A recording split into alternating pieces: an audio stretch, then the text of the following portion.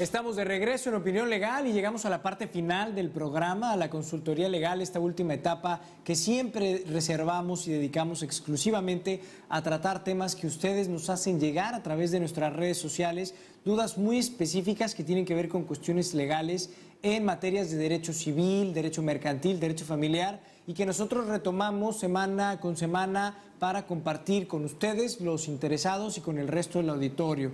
Pero antes de entrar de lleno a las preguntas de esta noche, como siempre, como cada martes, les recuerdo precisamente de nuestras redes sociales para que ustedes puedan estar en contacto con ellas, los que no lo conocen se enteren de nuestros medios de contacto y puedan interactuar con nosotros. En primer lugar, tenemos nuestra página de Facebook, nuestra fanpage.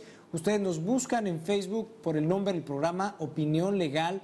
Nos encuentran muy sencillamente, ahí aparece nuestra fanpage y nos puede usted regalar un like, un me gusta o simplemente entrar a visitarnos, conocer nuestros contenidos. Ahí podrá usted encontrar muchas cosas de interés general.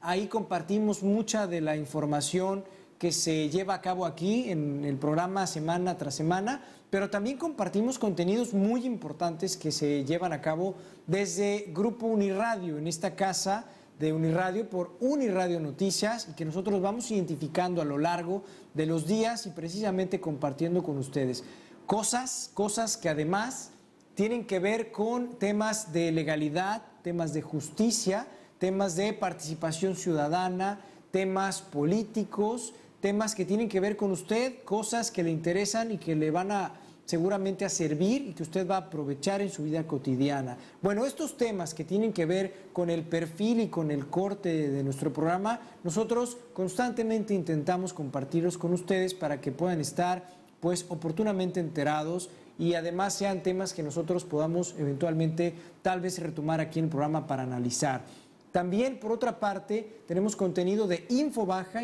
este periódico semanal que es colaborador y copatrocinador de nosotros aquí en el programa, pues también les compartimos contenidos de Infobaja para que ustedes los conozcan oportunamente.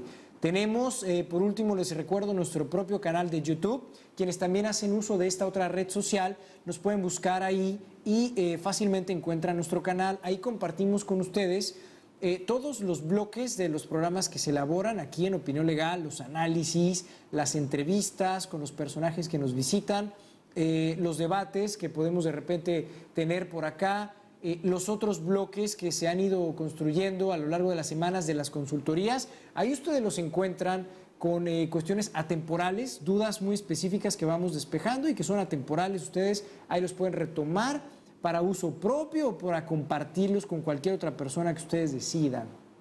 Bueno, ahora sí vamos a entrar de lleno a las preguntas de esta noche y antes les recuerdo que esta sección es llevada a ustedes por Díaz Gómez Abogados. Y en primer lugar tenemos a Joaquín que nos dice: la madre de mis hijos los abandona y golpea. ¿Cómo los protejo? Joaquín, muchas gracias por comunicarte con nosotros y por compartirnos estos detalles tan delicados. Mira, lo que tú debes de hacer, Joaquín, en todo caso, es promover judicialmente. Para esto necesitas, obviamente, representación legal. Tú puedes promover por escrito ante un juzgado en materia familiar a quien tú le hagas saber estas circunstancias. Hay muchos temas ahí por analizarse. Cuando a un niño se le abandona o cuando a un niño incluso se le golpea, podemos estar ante el escenario de consecuencias familiares o ante el escenario de consecuencias incluso hasta penales. Por cuanto hace a sus derechos de familia, el menor no tiene por qué estar siendo violentado. Si tú como papá le haces saber esto a un juez familiar, el juez familiar va a tomar las medidas inmediatas necesarias para que tu hijo o tus hijos estén seguros y estén tranquilos en un ambiente en donde les acomode. Entonces, probablemente, si tú lo compartes con un juez, la autoridad en algún momento dado tome esto en cuenta para que la custodia, la guarda, principalmente la guarda de inmediatez y eventualmente la custodia o incluso la patria potestad pueda corresponderte solo a ti. Aquel padre o madre que le causa algún daño a sus hijos físicamente o que los abandona, pues es acreedor a perder la patria potestad.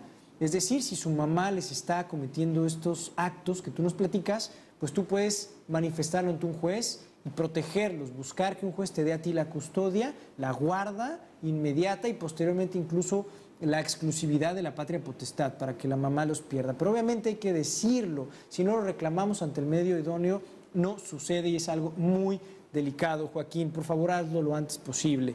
Tenemos por otra parte a Mónica que nos dice: me entregaron una demanda por exhorto de otra ciudad.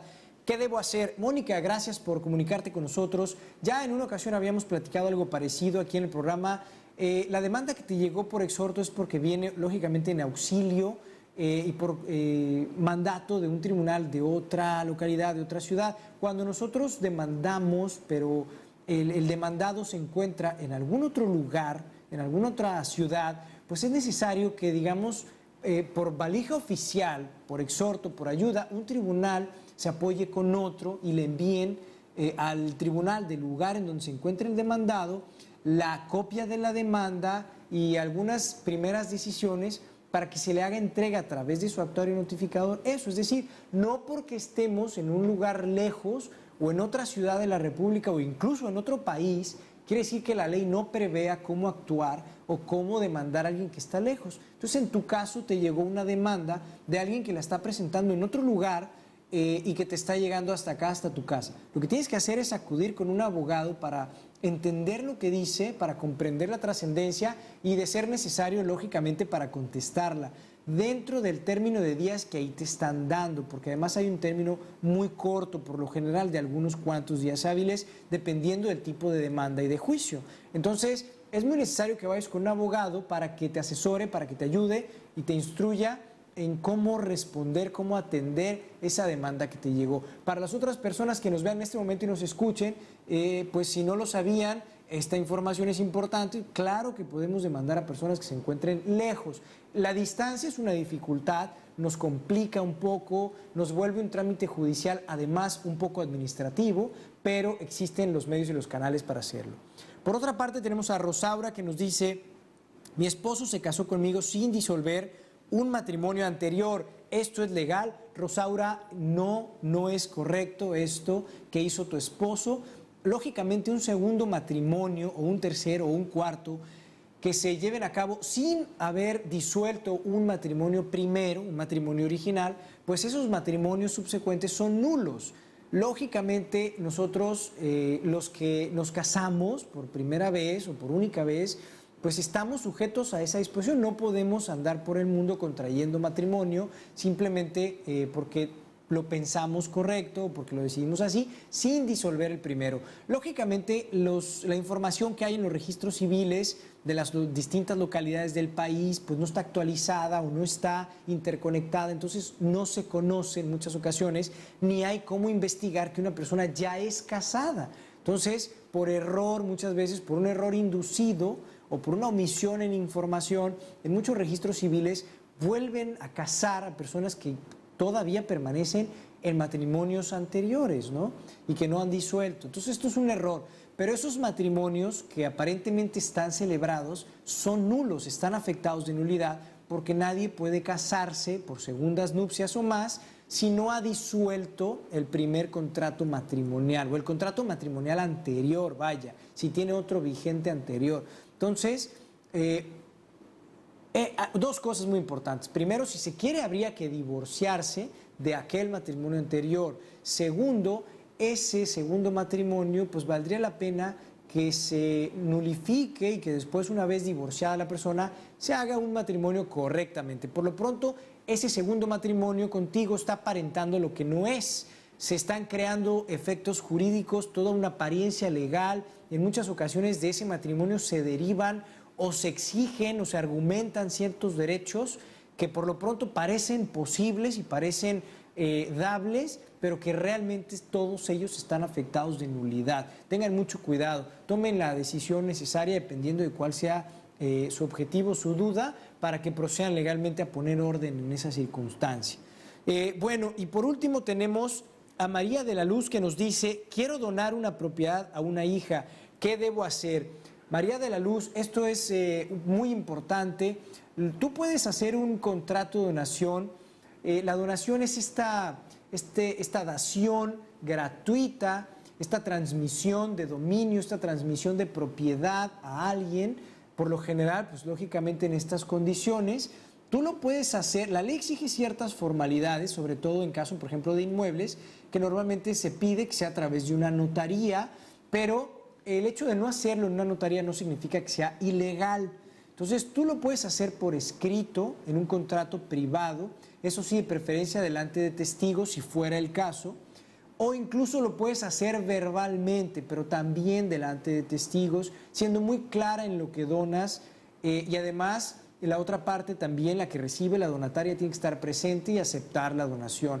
Lo preferente es estar en una notaría y llevar a cabo este tipo de trámites delante de un notario para que se quede asentado en una escritura pública. Eso es lo ideal, pero si tú lo haces en un documento privado o lo haces incluso verbalmente, es correcto, es legal, puede suceder. Entonces, toma tú las medidas pertinentes que creas de acuerdo a tu criterio, que necesitas o que puedes solventar económicamente, porque hacerlo lógicamente ya en una notaría implica ciertos gastos de transmisión de dominio, de trámites, de pagos de honorarios, etcétera. Es lo ideal, pero cuesta. Entonces, pues tú pondera la circunstancia y hazlo. Esas son tus opciones. Si tienes más duda, acércate pues directamente a una notaría, recibir asesoría o con un abogado particular. Las asesorías en las notarías son gratuitas por ley y con un abogado particular pues depende de lo que el abogado por política o el despacho por política ofrezca. Pero ese sería un consejo muy general que puedes aprovechar. No lo dejes pasar, por favor, María de la Luz, y muchas gracias por comunicarte con nosotros al programa. Bueno, yo me tengo que despedir como cada semana y nada más antes de irnos quisiera recordarles dos cosas muy importantes. Acuérdense que la impartición de justicia en nuestro país no cuesta un solo peso, que nadie los sorprenda si les dice otra cosa. Y por otra parte, si usted va a contratar abogados, asegúrese de que lo son, asegúrese de firmar un contrato de prestación de servicios que diga cuánto tiene que pagar a usted, cuál es el servicio que está contratando, asegúrese de que su abogado tiene experiencia aprobada en el área que usted necesita. Ayúdenos, por favor, a seguir construyendo cultura legal que tanta falta nos hace, no solamente en la comunidad en general, sino también entre nosotros, la propia comunidad de abogados, que mucha, insisto, falta nos hace a nosotros también. Nos vemos el próximo martes, porque recuerde usted que todos los días opinamos, todos, pero solamente los martes son de opinión legal. Gracias y buenas noches. Esta sección es patrocinada por Díaz Gómez Abogados, tu solución legal.